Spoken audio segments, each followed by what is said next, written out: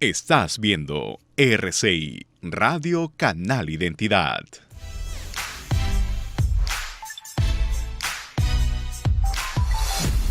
Amigos, buenos días, bienvenidos al primer bloque de Ni con Dios ni con el Diablo.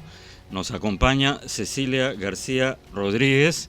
Buen día, bienvenida, candidata por Podemos Perú, el partido que encabeza Daniel Urresti con el número 23.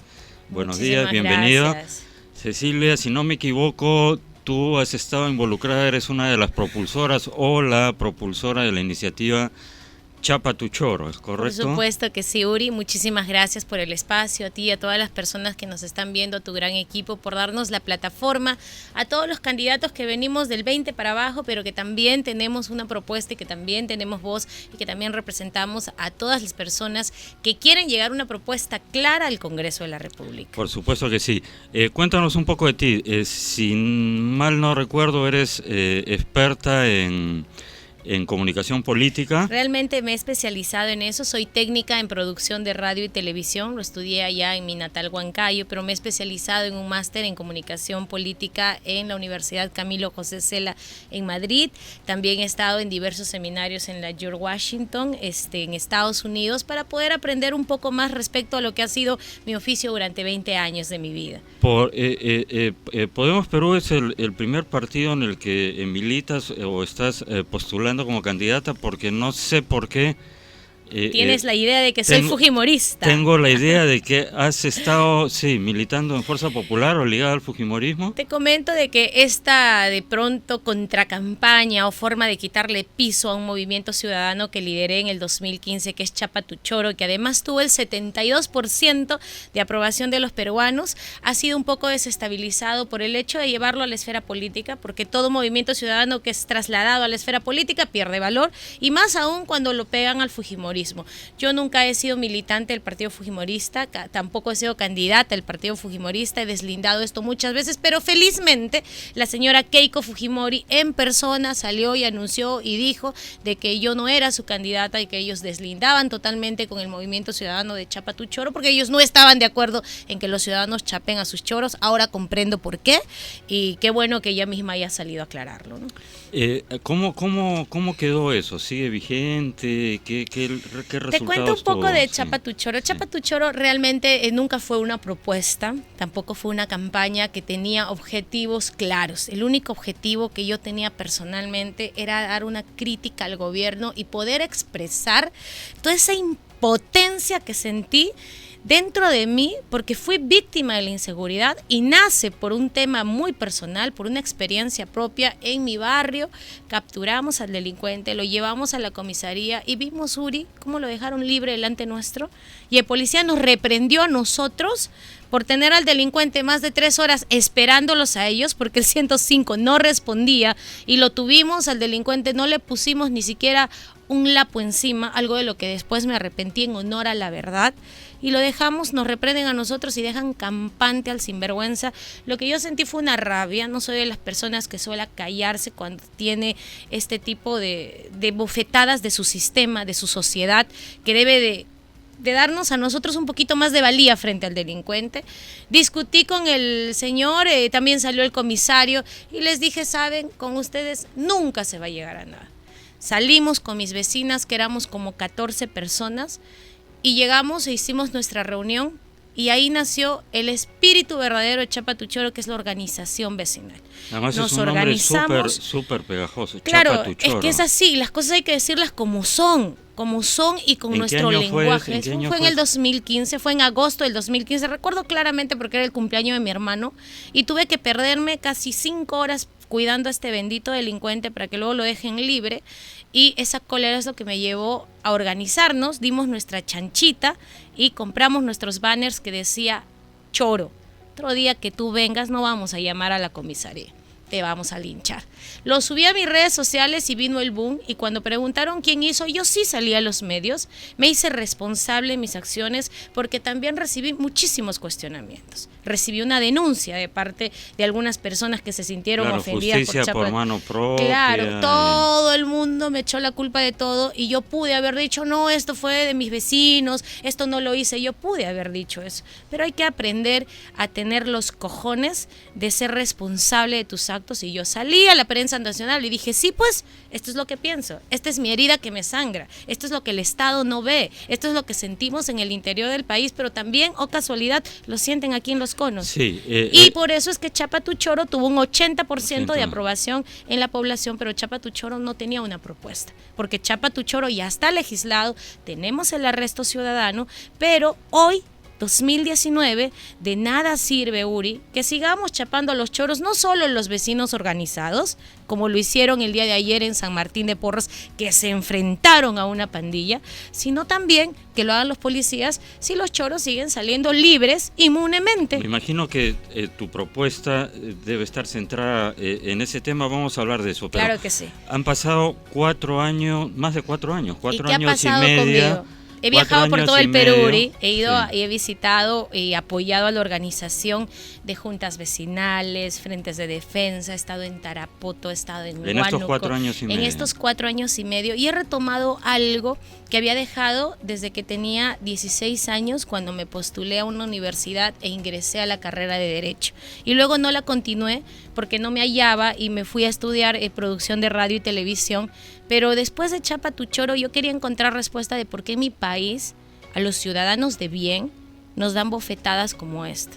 Vamos a hablar, hay varias bofetadas, hay varias, por ejemplo, la de la ley de armas. Ay, que a mí me parece una ridiculez, de verdad. Quería para situar un poco, pasaron 4 años y medio de desde activismo ese episodio, ciudadano, de y activismo. desde ese episodio, y la situación sigue siendo de la hoy, misma. no, yo diría, la situación de hoy, peor, comparada con la de hace 4 años y medio, la de hace 4 años y medio era idílica en comparación con la de hoy. Hoy tenemos una delincuencia venezolana que nos está elevando los índices de criminalidad de forma espeluznante. Y te digo espeluznante porque lo que tú acabas de decir es cierto. Era idílico lo que teníamos el 2015.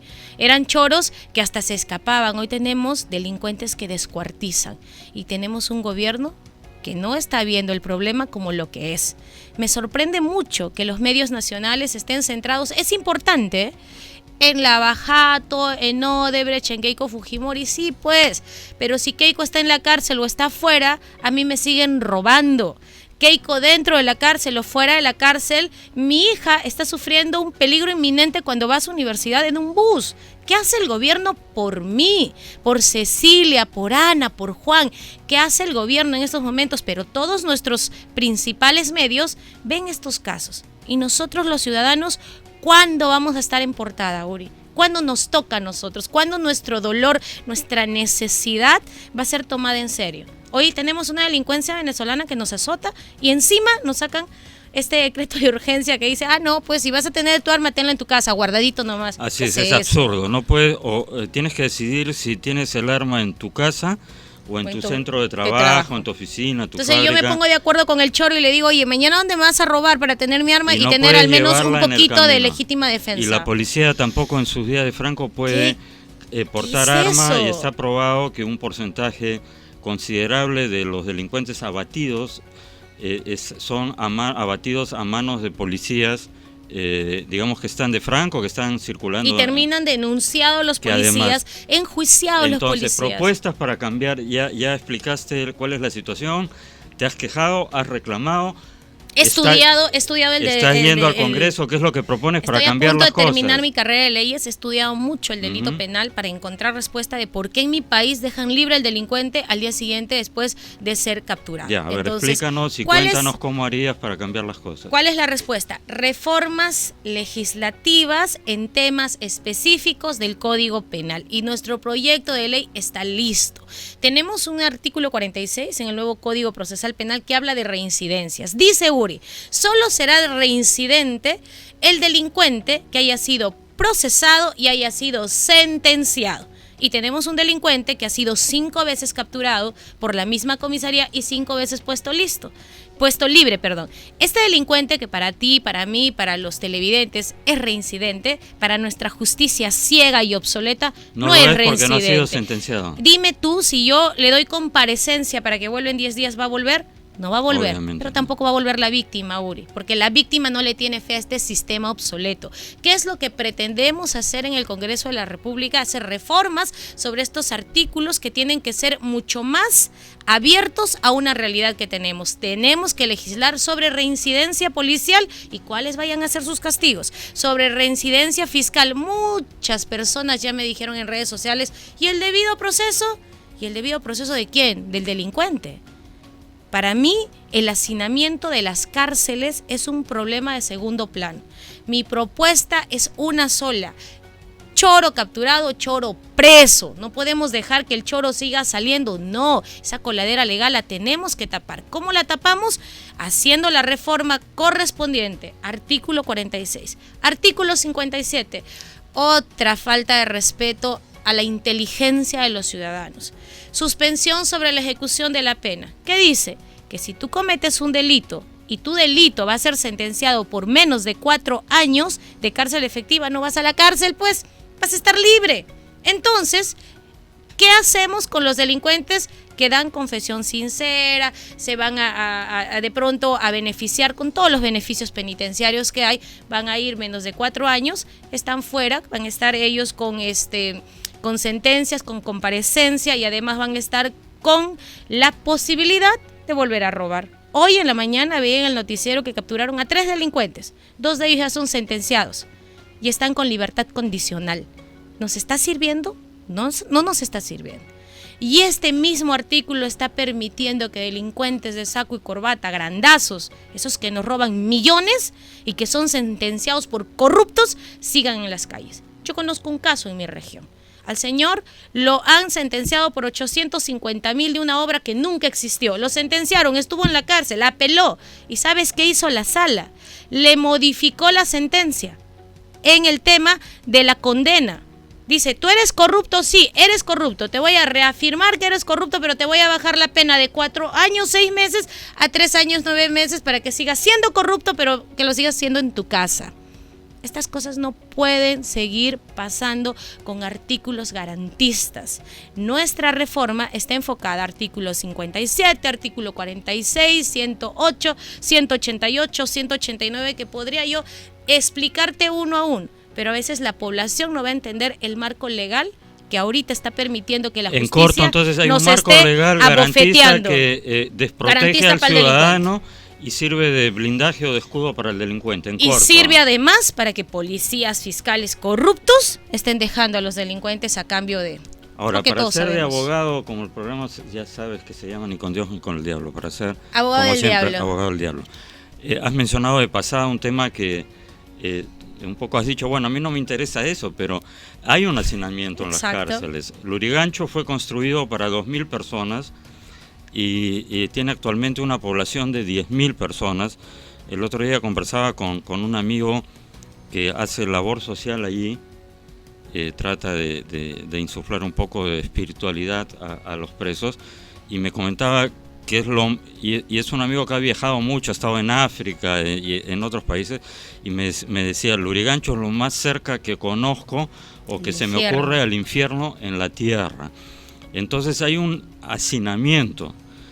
Ese ángulo, ¿cómo lo veo? ¿Cómo lo ves? O sea, ya está bien, los metemos a todos presos. En California, en varios estados de Estados Unidos, hay una legislación aún más drástica que la que tú propones, que está basada en el principio del béisbol y se llama el tercer strike. Tú sabes que hay, en el deporte del béisbol está el que lanza la pelota y está el bateador, ¿no es cierto? Entonces, si el que lanza la pelota, el bateador, no golpea la pelota la primera vez, la tercer strike, el que tiene el bate se va, o sea, perdió.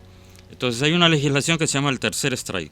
No importa qué delito hayas cometido, qué falta hayas cometido, son acumulativas.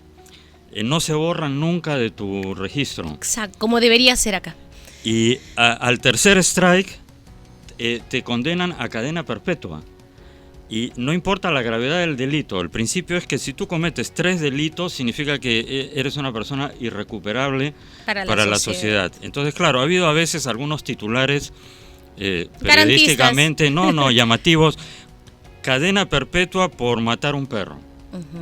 Y efectivamente, era una persona muy violenta que tenía una primera condena por tráfico muy pequeño de droga. Microcomercialización. La segunda no recuerdo por qué, y la tercera se peleó con su pareja, fue a buscar a su novia, no la encontró y encontró al perro y estaba tan iracundo que lo mató al perro. Entonces lo enviaron otro que decía cadena perpetua por robar una pizza. Pero efectivamente son personas, Uri, son personas que ya tuvieron antecedentes de una conducta que no se va a cambiar. Correcto. Y es una conducta que no se puede recuperar.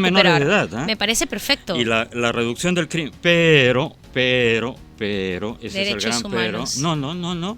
No te estoy hablando de derechos humanos. Los derechos humanos son para los ciudadanos que cumplen la ley. Qué bueno que alguien me entienda que los derechos humanos son para tienen los ciudadanos, que tener para jerarquías.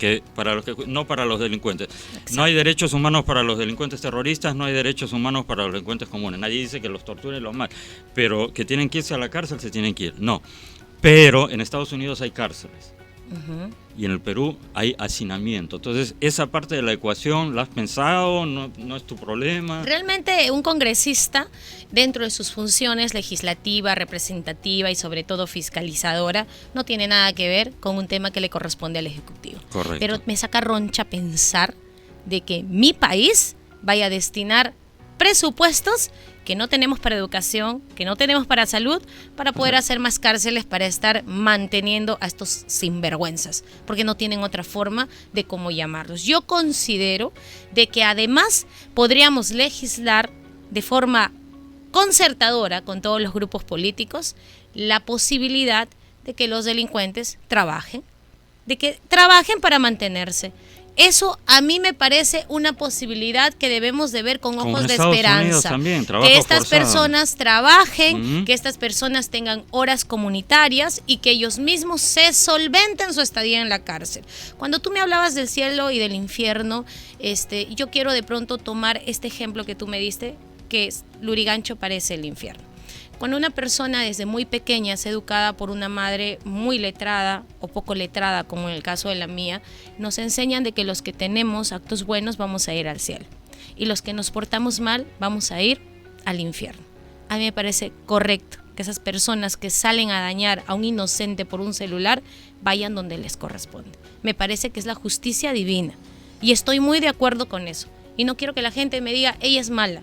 No, porque yo siento una desesperación, Uri, cuando mi hija sale de la casa para ir a la universidad. Bueno, es la desesperación que sienten y todos los ciudadanos. Y lo sienten todos los ciudadanos. Merecemos vivir en paz, porque ni tú y yo salimos a ver, oye, ¿a quién fregamos hoy día? Estamos con nuestras ocupaciones de qué objetivos vamos a lograr para sacar adelante a nuestros hijos, para poder tener que comer, para poder construir una casita. Entonces nuestros objetivos son buenos y deberían ser respetados dentro de un país que se maneja con grupos empresariales que dominan y seguirán dominando al país, pero que aún al margen de eso, habemos muchas personas como yo, provincianas, o como muchos que nos están viendo, que estamos enfocados en nuestras familias, en salir adelante, que tenemos corazón, que tenemos alma y tenemos muchísima predisposición de apoyar al país. Yo soy una persona que considera que los sueldos de los congresistas son muy groseros, que tampoco vengo de la nada y que tampoco voy por un sueldo de 15,000 soles, porque he sabido ganarme un espacio empresarial en la vida que me ha costado y que puedo ir por un sueldo mínimo que reciben muchas personas y que yo no gano porque yo tengo otras ocupaciones que van a continuar dándome de comer como hasta ahora y dándome la oportunidad de tener a mi hija en una universidad privada, pero puedo ir a servir al país por años, 6 meses, y puedo ir a servir al país por 5 años porque quiero a mi país, porque este es el país que va a cobijar a mis futuras generaciones. Entonces yo creo que los congresistas deberían bajarse esos sueldos groseros, y cuando digo 1,000 soles o los 950, que es el sueldo mínimo, muchos dicen, lo que pasa es que eso quiere hacer porque va a robar. No, señor, algunos sí queremos ir a contribuir. No estamos viendo al Estado como una mamadera, como lo ven otros. Y lo peor es que lo ven personas que toda su vida se han acostumbrado a vivir de favores políticos, pisoteando a los que siempre hemos estado abajo. Pero los de abajo también nos capacitamos, Uri. Los de abajo también queremos salir adelante. Y no queremos salir para decirle al otro, yo soy mejor que tú, sino para poner el hombro, porque somos seres absolutamente pasajeros en la vida. Pero vamos a tener que dejar nuestra próxima generación en esta sociedad, y eso preocupa. Completamente de acuerdo. La delincuencia ha sustituido en esta época lo que era la amenaza terrorista. Es un terrorismo urbano. Es un terrorismo urbano. Y hay que tomarlo como tal. Hay gente que dice, no, ¿cómo por robar un celular le van a decir a esta chica loca que quiere llevar a preso a un niño de 17 años? Ese niño descuartizó a una persona en un hotel. Y si este niño ha tenido otras actitudes, como la ley que tú me estás comentando, que yo me voy a volver estudiosa de esa ley para también proponerla en el tema de la acumulación de las penas, no va a tener arreglo. Sí, claro. El Así principio es ese. Una persona que 3 veces comete un delito y respectivamente la gravedad del delito, incluso mi mamá en con una la noche, chancla en la mano me decía, incluso, la primera, la segunda, espera nomás la tercera. Incluso ha habido el caso de una persona que en una noche se pasó una luz en rojo, cometió un asalto en estos 7-Eleven, entró a un mini market y no recuerdo 3. En una noche cometió y se fue a cadena perpetua. Pero por te 3 aseguro cosas que no solamente esa noche tuvo un indicio del carácter que tenía. Ya eran muchas cosas más. Y aquí en nuestro país, un poco tradicional, un poco criticón, un poco de que mejor te tiro una piedra en cambio de ponértela y ayudar a construir un futuro mejor para todos, estamos acostumbrados a no llamar las cosas como son. Estamos acostumbrados a que no se digan las cosas por su nombre porque nos afectan mucho. Entonces podemos decir garantistamente, no, esa persona necesita resocializarse. Sí, pues los penales hoy no nos están dando ese trabajo de resocialización. Y yo comprendo que la delincuencia es una consecuencia de muchísimos factores, que es multidimensional, que es falta de oportunidad, falta de trabajo, falta de educación y todo eso. Pero en 1 año, 6 meses yo no voy a hacer grandes reformas. Yo quiero llevar una propuesta represiva porque necesitamos atacar al problema que hoy nos está matando en las calles. Completamente de acuerdo. Lo demás vendrá en el 2021. Muy bien. Nos vamos a un breve corte y continuamos en esta interesante conversación con Cecilia García sobre el tema de seguridad e inseguridad ciudadana y vamos a tocar la P23 de Podemos. La P23, la 23 de Podemos Perú. Volvemos en un... Gracias. Ni con Dios ni con el diablo. Volvemos. Estás viendo RCI, Radio Canal Identidad.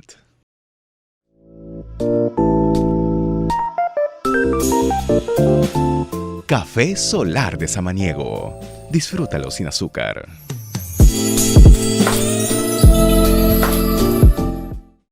Estás viendo RCI, Radio Canal Identidad.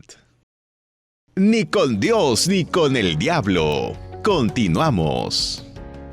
En la parte final del primer bloque, un par de preguntas más y ya nos tenemos que ir nuevamente al corte para que entre el segundo invitado. Estamos con Cecilia García, candidata con el número 23 al Congreso por Podemos Perú.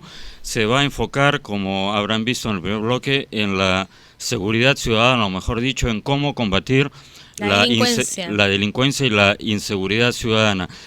Con 3 legislaturas prácticamente, porque haber 3 legislaturas ordinarias es tiempo más que suficiente para que puedas introducir. Para mí es importante porque vamos a hacer reformas, pero reformas de pronto específicas. Si yo quisiera hacer una reforma total al sistema de justicia, no nos va a alcanzar el tiempo, claro. Es soñar. Pero nuestras reformas... ¿Cuántos sin que los menciones? Nosotros tenemos un proyecto de ley que trata de reformas instantáneas, cerca de 10 artículos defectuosos del Código Penal que garanticen de que choro capturado sea choro preso. Correcto. Eso es todo lo que estamos ofreciendo, no ofrecemos más. No quiero meterme a temas de salud y educación que desconozco. Quiero llegar al Congreso de la República, quiero meterme a la Comisión de Justicia y quiero amanecer y anochecer ahí peleando y hablando con los especialistas de cómo lo hacemos. Y me imagino que siendo Daniel Urresti el cabeza de lista tienes todo su apoyo. Por eso estoy en este partido. Cuando a mí me invitaron a muchísimos otros partidos la campaña anterior, no acepté porque no me sentía preparada. Una persona tiene que saber a dónde va, cómo va y con qué herramientas. Hoy me siento preparada y me siento respaldada con el general Urresti, que tiene casi el mismo carácter, la misma convicción por recuperar las calles de la seguridad. Déjeme decirle a usted que me está viendo que no vamos a ser los congresistas que estemos en el Congreso con saco y corbata, no, vamos a ser los congresistas que estemos en las calles, que vayamos a las zonas donde el mapa del delito nos dice que el delito es inminente, a darles cara a los delincuentes, porque los delincuentes, Uri, son unos cobardes. Con un arma se sienten valientes. No, además, en grupo se sienten sienten valientes, pero cuando Sí, uno va y les así da es. cara, sale su verdadera cobardía. Y eso es lo que ellos necesitan, que alguien les pare macho, que les diga, se acabó tu fiesta. Hasta aquí nomás llegaste. Ahora que te capturan, te vas preso. Y si no te vas preso, yo me voy a la comisaría e investigo cuáles han sido los protocolos, el parte, qué pasó, dónde le pusieron esa coladera legal para dejarlo libre. Porque la policía, la fiscalía necesitan ser fiscalizados. Y eso también está en el rol del congresista. Respecto a la delincuencia venezolana, desde el primer día, si Dios y la población, sobre todo, decide que nosotros vayamos al Congreso de la República, voy a estar fregando a los de migraciones porque ellos necesitan hacer un trabajo inmediato y activo. ¿Dónde están los venezolanos que entraron con documentos falsos? Tienen que estar haciendo operativos como lo hacen en Estados Unidos y en otros países, votando y expulsando venezolanos que nos hayan mentido con sus antecedentes penales y policiales. Con esto no estoy generando xenofobia, estoy siendo realista. Nuestros índices de criminalidad se han incrementado y tenemos que expulsar a estos malos venezolanos de una, porque tenemos que limpiar nuestro país. No podemos con nuestra delincuencia para estar cargándonos delincuentes que vienen especializados. No me parece correcto. Muy bien, hemos terminado. Te agradezco Muchísimas muchísimo la gracias. presencia, Gracias por el amigos. Hemos espacio. estado con una fogosa candidata. Fogosa. Así es, muy entusiasta. Apasionada, sobre todo apasionada, convencida. Número 23, ya saben, si quieren que se acabe la fiesta para los delincuentes, votan. La 23 de Podemos. Muchas Muchísimas gracias. Volvemos en un minuto, amigos. Ni con Dios ni con el diablo. Volvemos. Estás viendo RCI, Radio Canal Identidad. Ni con Dios ni con el diablo. De lunes a viernes a las 10 de la mañana por RCI. Estás viendo RCI, Radio Canal Identidad. Ni con Dios ni con el diablo. Continuamos. Amigos, estamos de vuelta en el segundo bloque de Ni con Dios ni con el diablo. Continuamos con la maratón de entrevistas a los candidatos al Congreso de diversas agrupaciones. Ahora nos acompaña Elmo Man, candidato del PPC, Partido Popular Cristiano, con el número 17, como pueden ver ustedes. Bienvenido, buenos días.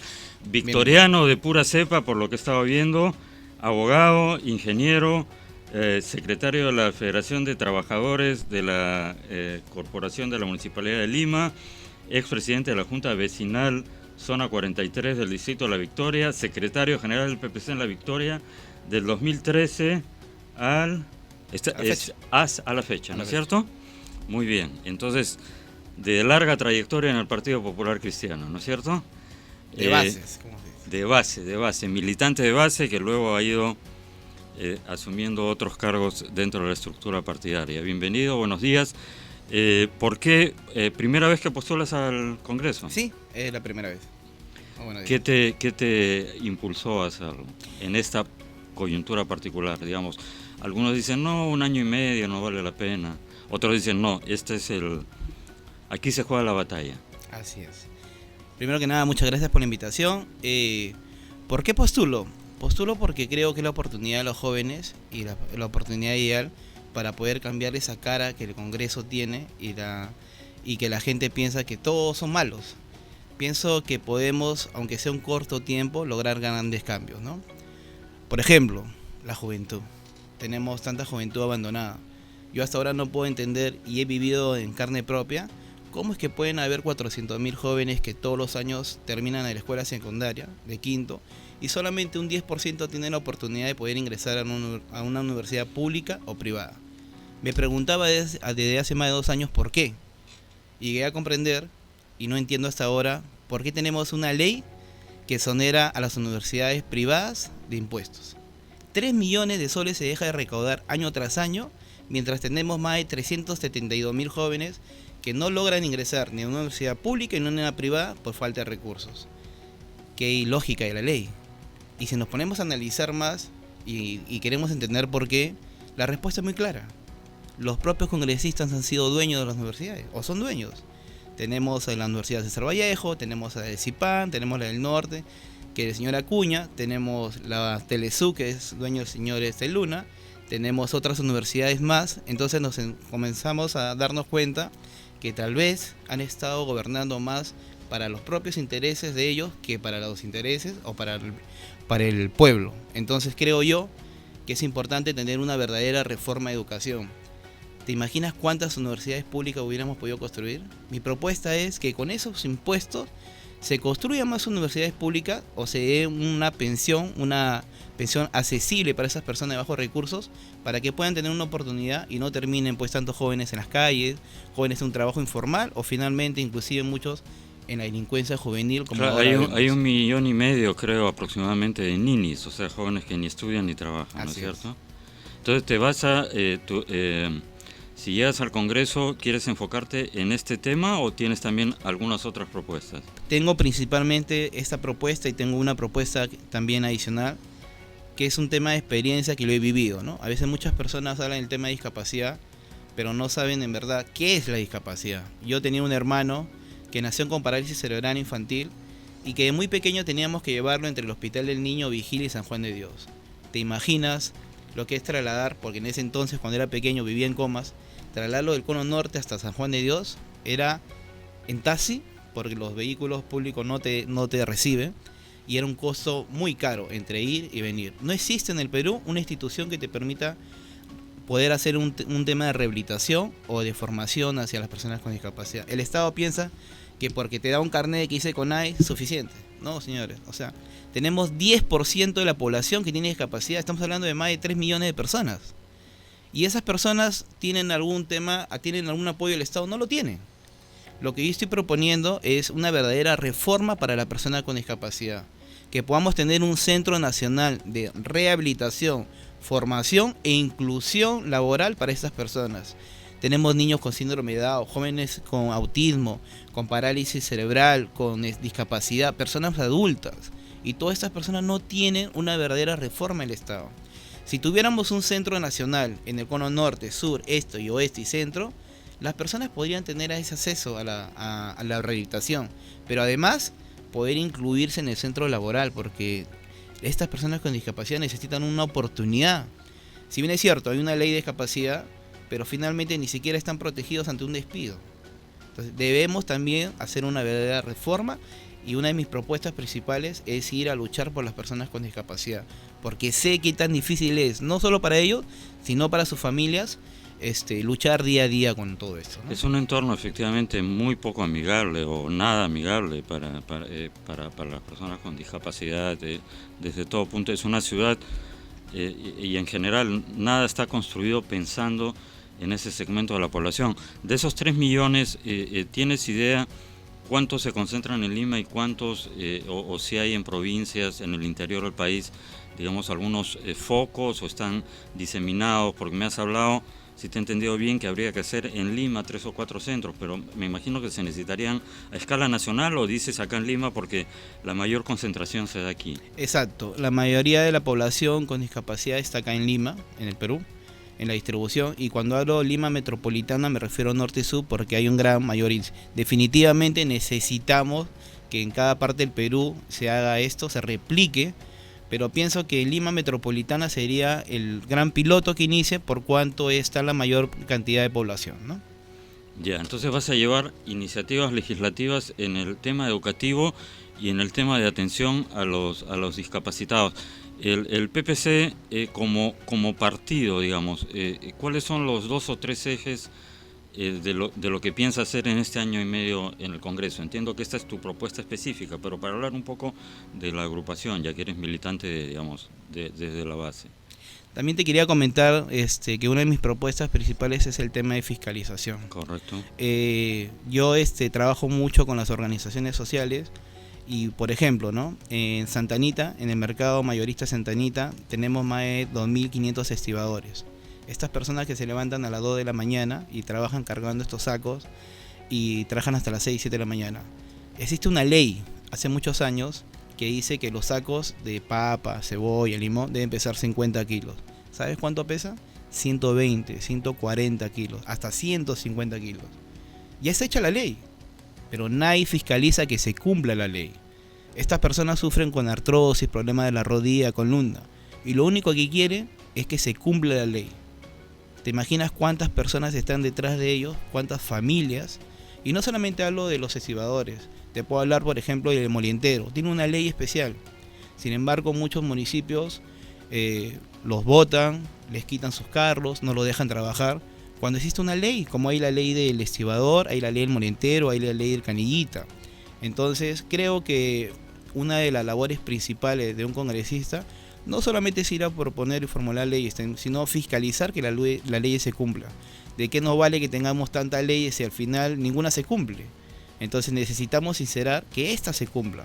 Te doy algunos ejemplos nada más, pero en verdad existen muchas personas en el Perú. Es más, en la ley de discapacidad existen muchos puntos en los cuales deberían cumplirse. Por ejemplo, dice que el 5% mínimo del Estado debería incluir a estas personas con discapacidad. Mentira, no llega ni al 2%. Entonces, ¿de qué estamos hablando? Dentro del propio Estado. Claro. El propio Estado no cumple con Entonces, las propias leyes. ¿de qué estamos hablando? Si el propio Estado no cumple con su propia ley, ¿de qué estamos hablando? Entonces, necesitamos que los congresistas que lleguen verdaderamente vayan a hacer una labor de fiscalización, que hagan que esta ley se cumplan a favor de toda la población. Me preguntaba sobre el partido. Sí, el partido ha establecido varios ejes, uno de ellos es el tema de seguridad. Dentro de seguridad estamos proponiendo el retorno del servicio militar obligatorio, estamos proponiendo también lo que es una ley de protección al policía, porque vemos pues que los policías intervienen y al final terminan presos. Hay una ley muy buena que la hizo Jorge el Castillo y se quedó ahí, ¿no? No llegó a ser aprobada pero bueno, de todas maneras yo creo que es un aporte que podría. Sí, por supuesto. Hay varias leyes que se han quedado encaminadas y vamos a ir a revisarlas y a poder que se aprueben en el menor corto tiempo posible. También dentro de los ejes de seguridad, por ejemplo, también tenemos una propuesta que es el servicio, las Fuerzas Armadas, ¿no? Si tú te acuerdas, cuando hay elecciones municipales o presidenciales, los que nos cuidan son las Fuerzas Armadas. Uh-huh. Entonces, tenemos un gran número de Fuerzas Armadas que están protegiendo embajadas e instituciones públicas, ¿no? Entonces, la propuesta es que esta policía que está en las embajadas o las instituciones públicas pasen a las calles y que las Fuerzas Armadas puedan cumplir esa función, que nos apoyen en esa labor para atender más policías en la calle, ¿no? Está el eje de la economía social de mercado, que pensamos que se tiene que defender, tenemos que continuar con esa economía, no podemos permitir que nos quieran cambiar la constitución a estas alturas. Te imaginas el caos que podríamos tener y estar como Chile, como Bolivia y otros países, ¿no? Está el tema de la reforma judicial, vamos a ir a sacar las reformas judiciales que pidan y que establezcan pues la protección al ciudadano, ¿no? Y también del mismo modo tenemos el tema de la reforma electoral, ¿no? Hay, como bien has dicho, algunas leyes que han quedado ahí en stand-by y vamos a ir a culminarlas y que sean lo mejor para el pueblo, ¿no? Y siendo PPC, Partido Popular Cristiano, me imagino también, aunque no lo has mencionado, que el tema de la defensa de la familia, el derecho al no nacido y todo lo demás figura en lugar predominante de la agenda, ¿no? Definitivamente, tengo mucho apoyo en la iglesia cristiana, evangélica y católica, por cuanto nosotros defendemos la vida y la familia. El Partido Popular Cristiano lo tiene como doctrina y definitivamente esa línea siempre la vamos a mantener antes, ahora y siempre. Claro, en ese sentido hay una coherencia ideológica en el partido. Volviendo un poco al primer punto, cuando te preguntaba qué te decidió a postular ahora, tú entonces entiendo que compartes la posición de aquellos que dicen que el partido de fondo y la elección de fondo no es en el 2021, sino esta, por más corta que sea, por lo que has mencionado, ¿no? Existe el temor de que si los partidos de izquierda en sus diversas variantes logran tener una, mayoría post factum, podrían en 3 legislaturas, porque da para 3 legislaturas, cambiar sin necesidad de una constituyente prácticamente todo lo que quieran de la Constitución, ¿no? Así es un peligro. Y definitivamente nosotros tenemos que ir a defender la economía social del mercado y la estabilidad de nuestro país. Y aunque sea un corto tiempo, yo estoy convencido y me podrán decir soñador, pero creo que podemos ir a lograr hacer grandes cosas. Claro, lo que tú mencionas es interesante porque son, me parecen muy importantes. Cuando uso el término micropropuestas, a lo que me refiero es que tienes 2 o 3, sectores mapeados y te vas a enfocar en eso específicamente. La persona que te precedió, la candidata de otro partido también, me decía, yo me voy a dedicar yo voy para hacer una cosa específica en materia de seguridad ciudadana, yo no sé nada de economía.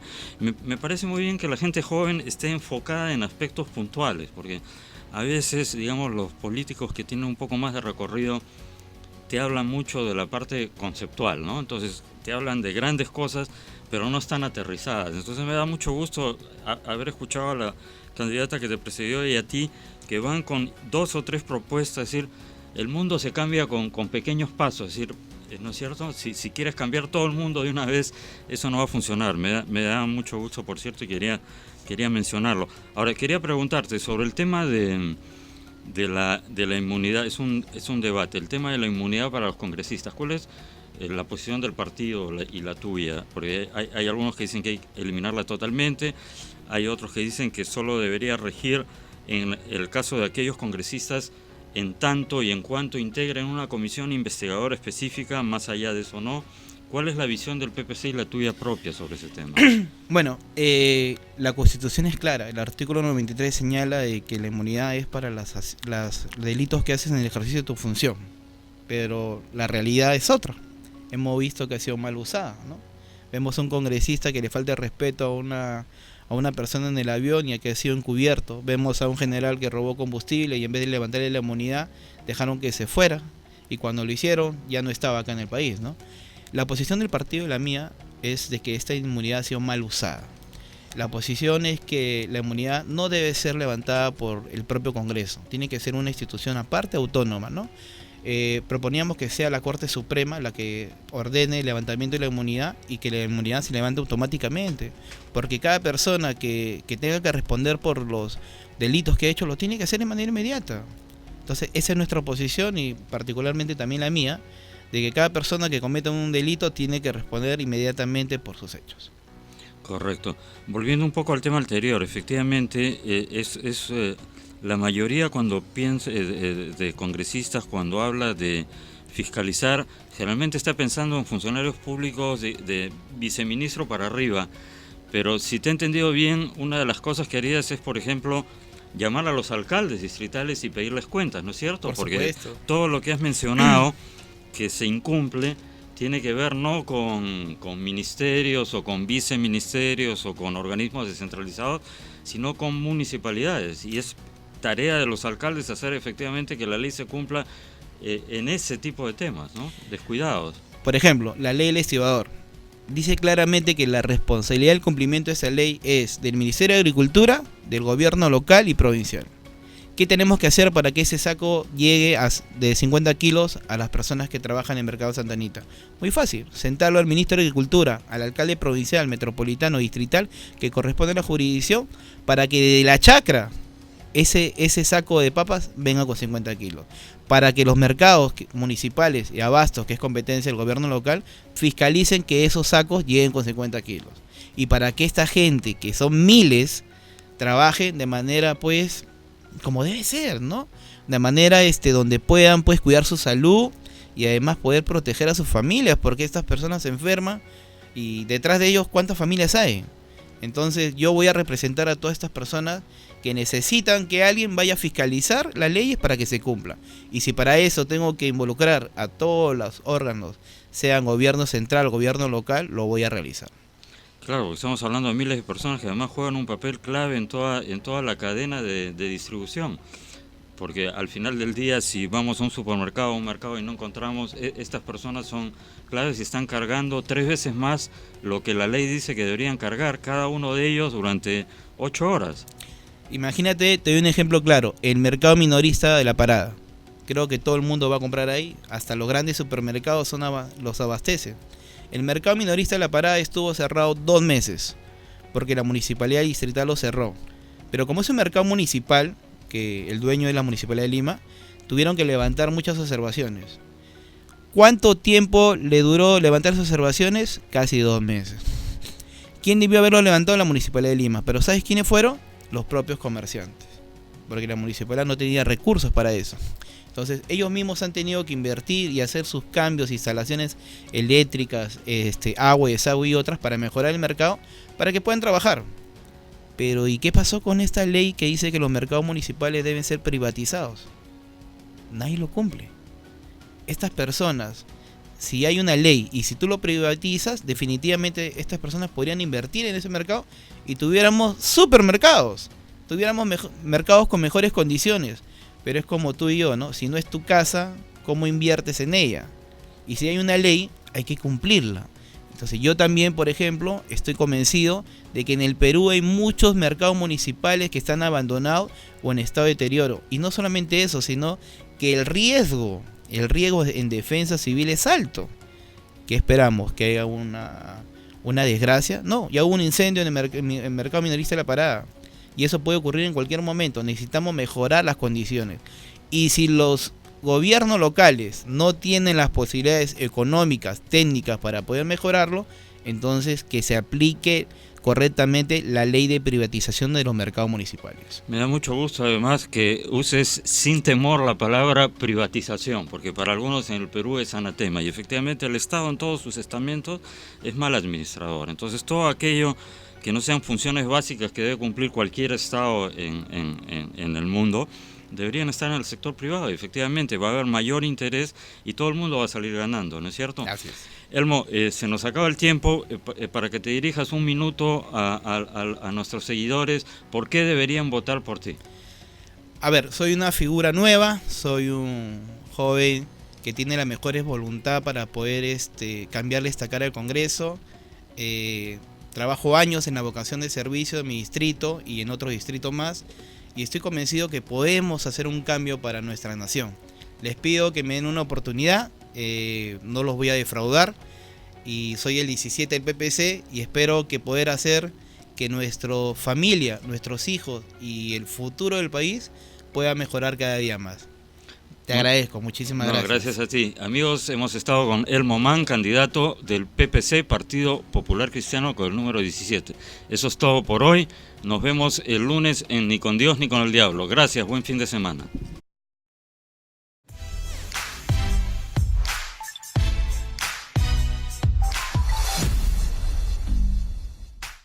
Estás viendo RCI, Radio Canal Identidad.